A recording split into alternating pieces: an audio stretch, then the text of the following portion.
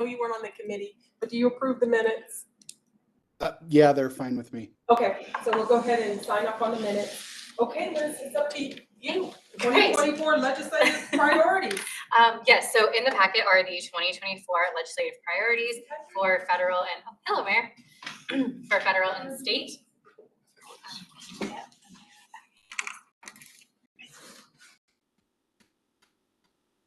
So in the packet are the 2024 legislative priorities. These have been circulated and discussed and developed by staff. I'm happy to go through each item line by line, whatever you would like me to do, Chair Lawson. I don't think so. Councilmember Gardner, do you have any questions about the legislative priorities that were forwarded to you? No, I got a chance to review them and I don't have any questions. A lot of repeats from last year. So, okay. You know. Okay. And then Liz, I know that you sent these out to council before they come to the meeting, to the study session. Was there any comments? No, I have not received any comments or feedback from any council members. As of today? As of right now, yes. Okay. Mayor, did you have any comments on the legislative items since you're here? Okay. All right, Liz. I think, so Councilmember Gardner, he's in approval and I'm in approval moving these forward. Wonderful. Thank you so much. Okay, our federal legislative update, Lori. And so is Lori here? Yes, she is Hi, online. Lori, Happy New Year. She's muted. I should probably do Zoom and Teams and different ones all one day. Sorry about that. It's Happy New Year, everyone. Congress yesterday was able to pass another continuing resolution, which will keep the federal government running. This is the second one they've done. It's called a laddered approach. So they passed a CR for 4 appropriation bills, including transportation HUD, which we have several earmarks included both in the House and Senate bill. And that CR will run out to March 1st. The remaining 8 bills are in a separate package, and that deadline will be March 8th. So it's very good news that the Speaker was able to get this over the finish line in the House. So right now, the appropriation committees, along with leadership, is working on finalizing, reconciling the funding differences for each of the federal agencies. And fingers crossed, hopefully we can get a full omnibus bill done.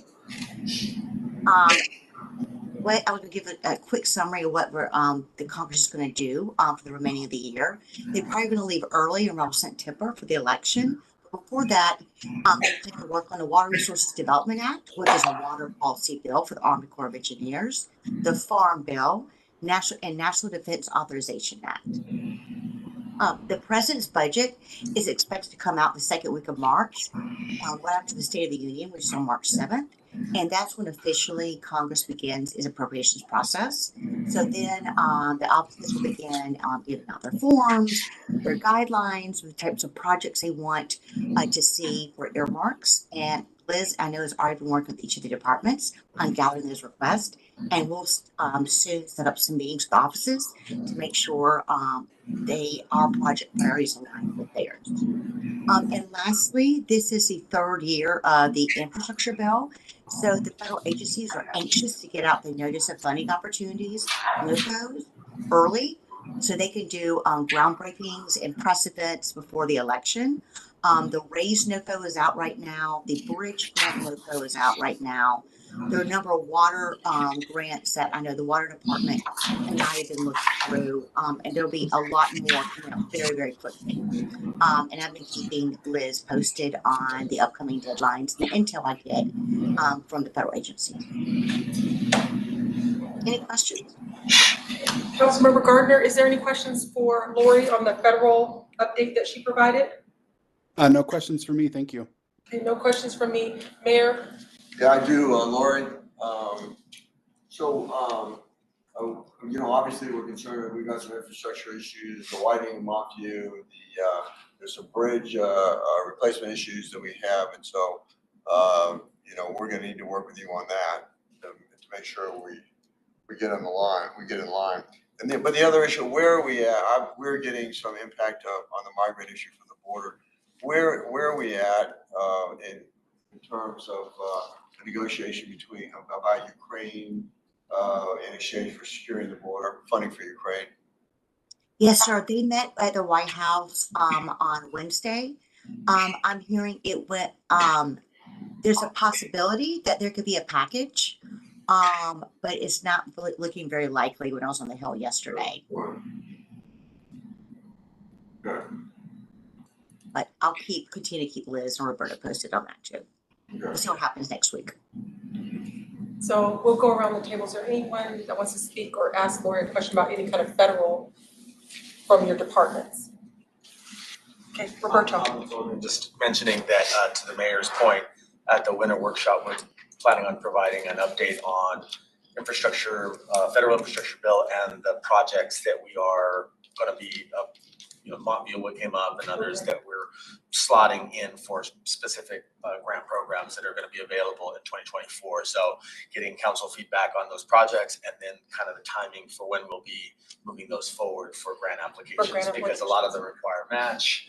So it'll be a budget conversation along with the federal priorities for projects that we're going to be slotting in for the specific grant program. So we'll do that comprehensively at the winter workshop on February 3rd. Okay, and just to kind of bring up another topic, I was at Dr. Cog, and I know that they're doing some federal grant programming, and I'll talk to Liz after this and kind of give her an update on that because Dr. Cog is very legislative heavy.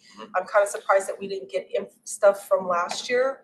So, but they do have some things on some climate things or something like that, what they're doing in buildings and whatever. So I will talk to Liz about that, and they do have some grant funding for that. I don't know what the city's position will be on that, but I will talk to her more about that. We'll integrate that into the discussion. Yeah. Okay.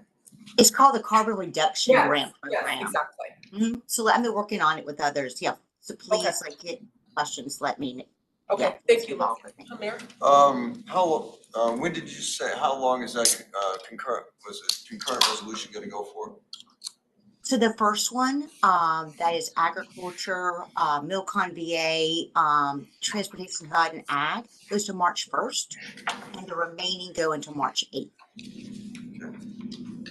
Thank you so much, Lori. I appreciate the update. Okay, Liz, we have some federal priorities that we need to take some positions on. Yes, we have one bill, Okay. House Resolution 6224, they're fast, we are furious. So the legislation would establish a task force at the federal level to address, look at prevention and intervention on street racing. So this was a topic that we had discussed several times previous year. Staff position is recommending support on this bill. While it does only create a task force, it seems to be a step in the right direction of addressing street racing. And the hope is that this type of legislation will trickle down at the state level, and the state could similarly create a task force to address street racing issues and recommend other steps municipalities can take to help address this issue as well. Okay. Did you want to speak to anything, Chief Morris? I'll just say really quickly, we know that we have a lot of street racers here in Aurora, and so any information and data that can be collected that can help support our street racers enforcement, then we'll gladly accept that. Yeah, and I mean, it's a step in the right direction. It's a task force, but at least it's something, and it's coming from federal level. So, Mayor, do you have any questions on that? No, I mean, what a surprise the federal government's attacking street racing and all the things that they're ignoring, but at least they can focus on something. Big, something big. Okay, thank you, Mayor, for your comment. So Councilmember Gardner, do you support this, the position to support these, I would say the Fast and Furious, what is it? They're fast, we're furious. Okay, do you support this legislation? Yeah, I'm not really sure it's the purview of the federal government, but I guess it's fine. Okay, I support it as well. Okay, Liz, is that all for the federal? That is all for the federal legislative discussion. Okay. All right, so our state legislative update. So we have Peggy, Tatsi, Cami, welcome. Happy New Year to you all. Happy New Year. Happy legislative session. Yes, well, hopefully it will be. We're got our fingers crossed just in case there's an opportunity. Okay. Wanted to just kind of give you a preview of what it looks like the session is going to be addressing. We heard opening day speeches and have heard several policy strategies and policy priorities from leadership in both chambers and in both parties. A couple things just wanted to highlight for you. President Fenberg in the Senate spoke about transportation as a priority for the Senate, as well as affordable housing. As you know, in the housing space, the governor is coming back with his land use affordable housing legislation this year. Instead of bringing it as one giant omnibus bill, they are doing more bite-sized pieces in several different bills. So we'll see a bill, and I've already seen a draft and shared insight with the sponsors for ADUs and use by right in that area. TOCs, transit-oriented communities. There it looks like they're going to try to tie that to HUTF funding, which would be obviously a problem for a lot of local governments. Occupancy limits has already been introduced, parking minimums. There's a creative space art district legislation that's being brought, real estate transfer fees. So a lot of more bite-sized pieces in various bills. The one positive bill that I think we might be able to find consensus on is the statewide planning, statewide assessment bill.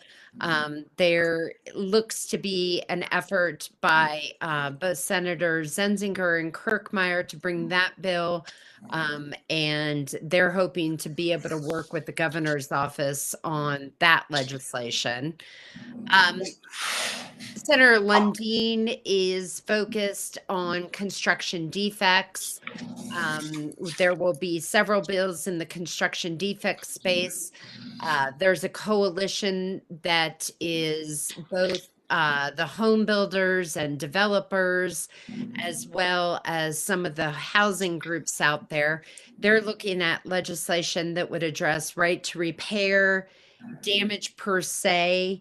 So if you were to walk into a condo and the nails aren't up to code, they're not 12 inches apart as code requires, but they're 10.5 inches. There's no damage, and it's maybe past all the inspections. There's a certificate of occupancy, almost like an administrative failure.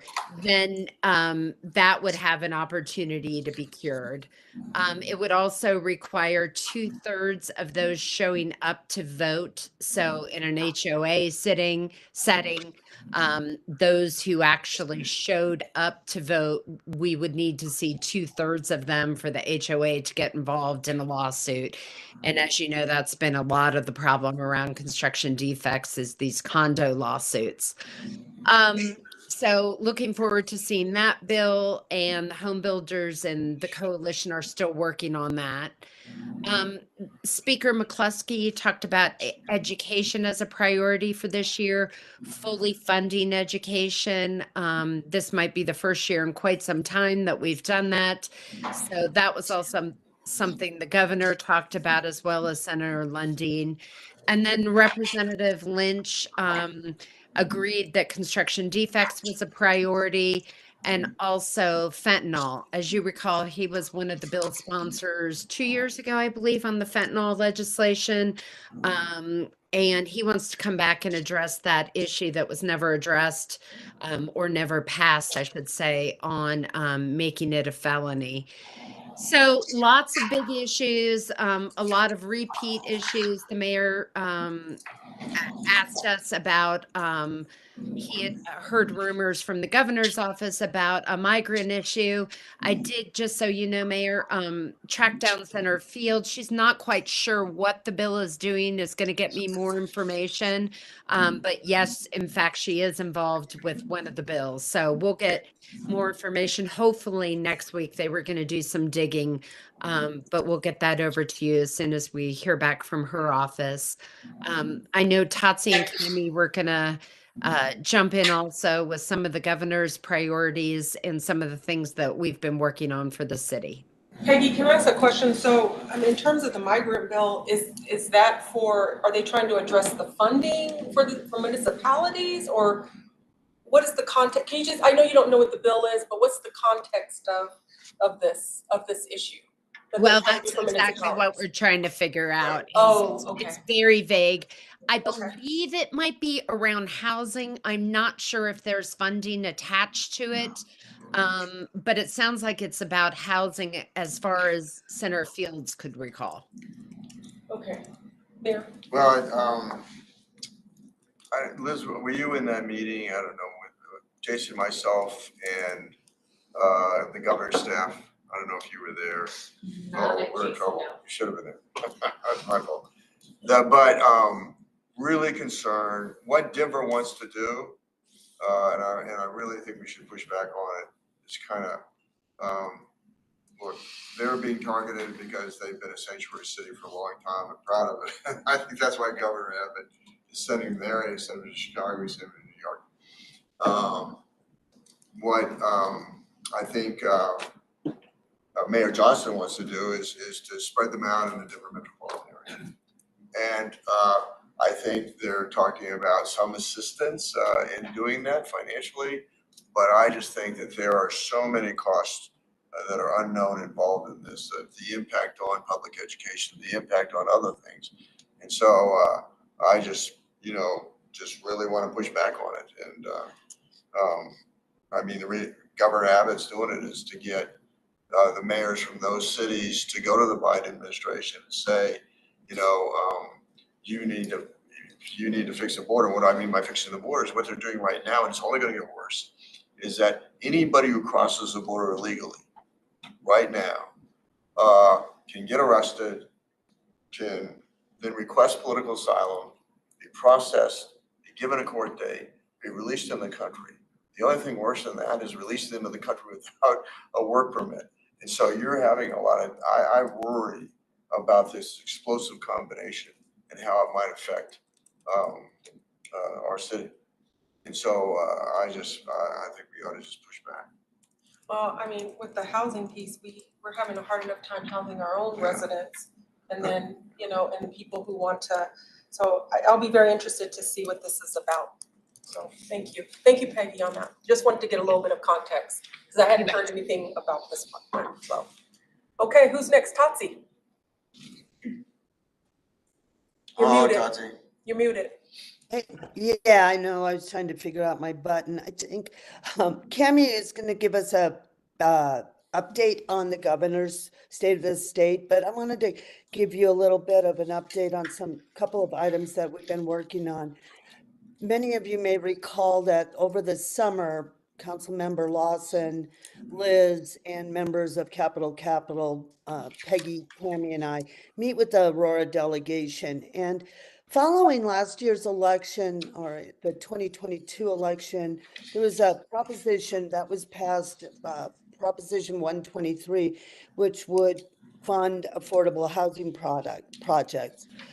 The problem with that proposition is that that was identified by the city was that if Aurora gets so far but doesn't hit 100% of the requirements as far as units being built in the city, we would have to start reapplying for the grant monies through DOLA and probably lay off staff members and start all over again. So the fix that we've identified would allow us to maintain our place in line, but just not, if we're not quite at 100%, we don't get kicked out of the program. So we were talking to the delegation over the summer about this, and Representative Mandy Lindsay agreed to carry a legislative fix for us that the city has put together. The good news is she finally requested a bill title, and the bill is being drafted. So that is pretty good for us. CML wants to take a look at it, but we really wanted to move forward with this a lot earlier, but she has been bogged down in other activities at the Capitol. So, do you all have any questions on that right now before I go into the next issue? I don't have any questions. Is there any questions, Mayor? Do you have any questions? Okay. Okay. No, we don't have any questions. Oh, Councilmember Gardner, do you have any questions? I'm sorry, I forget you're No online. questions. No. Okay, thank you. Right. You betcha. Oh, and we will get you that bill draft as soon as we get it. The drafting office is still backed up, but she did get the bill in under deadline. Last week, Liz asked us, well, last month, Liz had heard about a potential no-kill shelter, no-kill animal shelter piece of legislation. So we've been digging into that. The legislation will be introduced on Tuesday, but apparently the issue is that the Max Fund would like to see municipality-run animal shelters report any animals that they would like to euthanize to a rescue in the state. So the issue became for the city shelters. They can't actually report or identify all these animals and then ship out information to 300 shelters in the state. The legislation now will say that, oh, and there was an issue about dangerous animals. There's a dangerous dog. Why do we have to wait if the veterinarian and the shelter manager determines that the dog is dangerous and should be euthanized right away? We shouldn't have to wait on that. The proponents of the bill have decided that yes, a veterinarian or shelter management can determine whether or not that animal needs to be euthanized. We don't have to wait 7 days before making that action happen. They are trying to clarify further in the bill that if a dog is dangerous, then we certainly can euthanize the animal. They're trying to create communication between the municipally owned shelters and the department, the regulatory agency, which is PACFA, the Pet Animal Care Facilities Act, and that's housed within the Department of Agriculture. So they're trying to make it easier for a shelter that has either no space or no resources to get the word out through PACFA to, and that at the state can disseminate it. The bill is supposed to drop on Tuesday, and we can take a further look at it then. Okay. And that's what I have for you now, and I'm happy to try to answer questions on a world I've never been in before. Okay. Thank you, Cammie. I don't have any questions. I know that they, at CML this morning, we did talk about that shelter bill, so that was part of our agenda this morning. Yes, I'm sorry, council member. I am working with CML on that as well. Okay. Councilmember Gardner, do you have any questions for Tatsi's report? No questions. Okay. Mayor, anybody around the table, Mayor? Okay. All right. Cammie. Hi, good afternoon. The governor gave his annual State of the State address last week, which marked the beginning of our 2024 session. In his address, the governor addressed some of the biggest issues he sees facing Colorado, which includes property taxes, housing, homelessness, crime, energy, cost of living, the economy, and energy. He encouraged the legislature to enact meaningful legislation to boost the state's affordable housing supply and incentivize development near transit corridors, specifically making changes to his failed land use bill last year, which was Senate Bill 23-213. Peggy briefly touched on the process that those bills are taking this session. He also spoke about his support for an expected bill to make it easier for homeowners to build accessory dwelling units on their property. He offered praise in his address for law enforcement, made a call to make the senior homestead exemption, portable, expressed celebration of an expected fully funded public education system, and offered condemnation of the rise in anti-Semitism and Islamophobia. Lastly, he lends support to reducing the state's income tax rate, which he said is the most effective way to further the state's economic growth. Happy to answer any questions or get more information. I don't have any questions. Councilmember Gardner? No questions other than I completely agree with him on reducing the state's income tax rate. Did the, No, go ahead, Mayor. did, has there been a bill introduced so far to lower the income tax? No, Okay. Okay. but it's on our radar and we'll certainly keep Liz and staff apprised of that. Okay. Go around the table. Is there anyone that has a question or? Okay. All right. Thank you, Cammie. I appreciate it. Okay, now we're gonna go through the good part, the actual taking position. So Liz, this is with you. So Wonderful. we'll start with the first. Yep, so all of these ones that I'm going to talk about now, they're all recommended support. So I'll go through them, answer any questions, and then we can do positions on each one. So the first bill is House Bill 24-1015 concerning suicide prevention education in the workplace. So what would it include was starting July 1st, 2025, employers would be required to display suicide prevention education posters in their workplace, as well as ensure employees sign a document when they sign their employee handbook acknowledging that they received this. The division that will be in charge of this is going to be responsible for creating all the material, so no work needs to be done on the city's part. Staff recommends a support position as Councilmember Lawson had asked staff to review this bill. Staff doesn't find any negative impact or have any concerns with this legislation, so they will recommend the support position as Councilmember Lawson. And then Liz, it also really doesn't have an actual fiscal impact on the city because we're going to be getting the information from the outside group. Is that correct to put into the city? Okay, I did ask to have this reviewed because I do think it is something that we need to review. Mayor? Madam Chairman? Yes, sure. Liz, is there a reporting requirement though from the city to the state? I believe the only reporting requirement is that the employer would be required to provide a copy of the notice and then have an employee sign the acknowledgement that they provided the notice of prevention.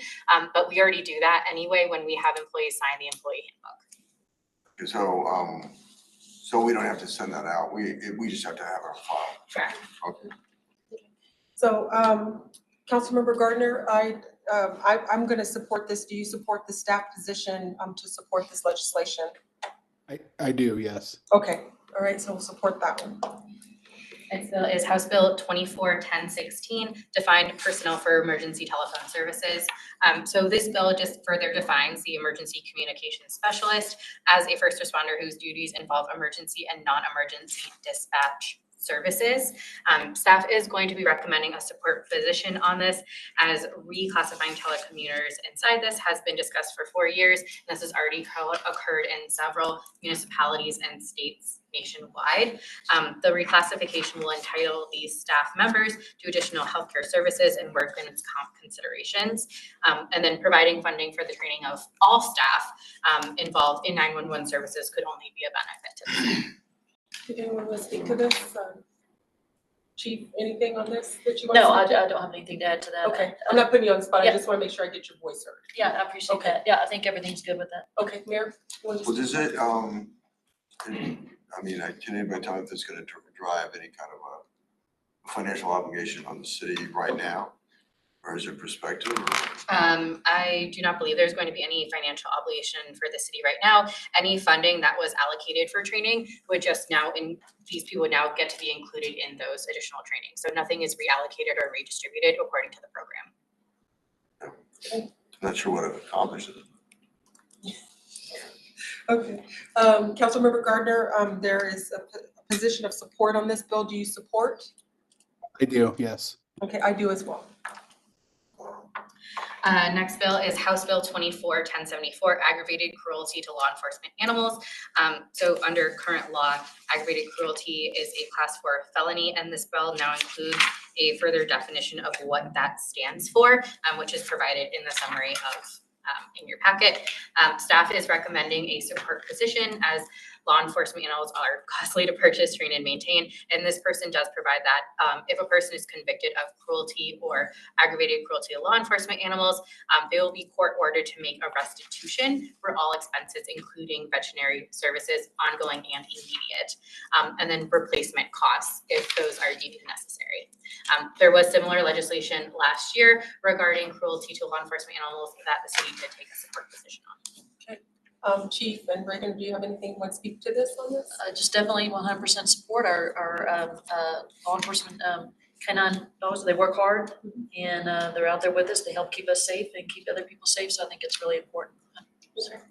All right, Councilmember Gardner, do you support the this legislation, the staff's position? Councilmember Gardner? I think he's muted. Oh. Councilmember Gardner, I think you're muted.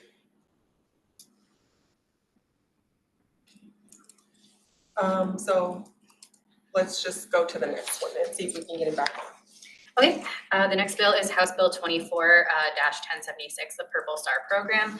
So this bill creates a Purple Star School program in the Department of Education, and this would allow schools to be designated and institute them to have personnel to help support our military-connected families. Staff is recommending a position of support as while this legislation doesn't impact the city specifically as processes and functions. It could be beneficial to our military communities that live within the city. In addition to that, Buckley Space Force Base has also asked the city to consider taking a support position on this, as well as the city's Veterans Affairs Commission. Mayor, I know that you brought this to our attention. Did you want to speak anything on this? Or? No, I think it's good. I think it's a problem for military families when they don't have an address when they come here, but they want to walk in the school before they get here and they can't do it. So this addresses that. Okay. Okay, I support this. Councilmember Gardner, do you support this bill, House Bill 24-1076?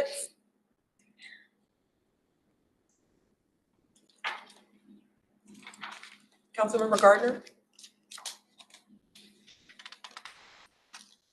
Okay, let's take maybe 2 minutes, just a recess.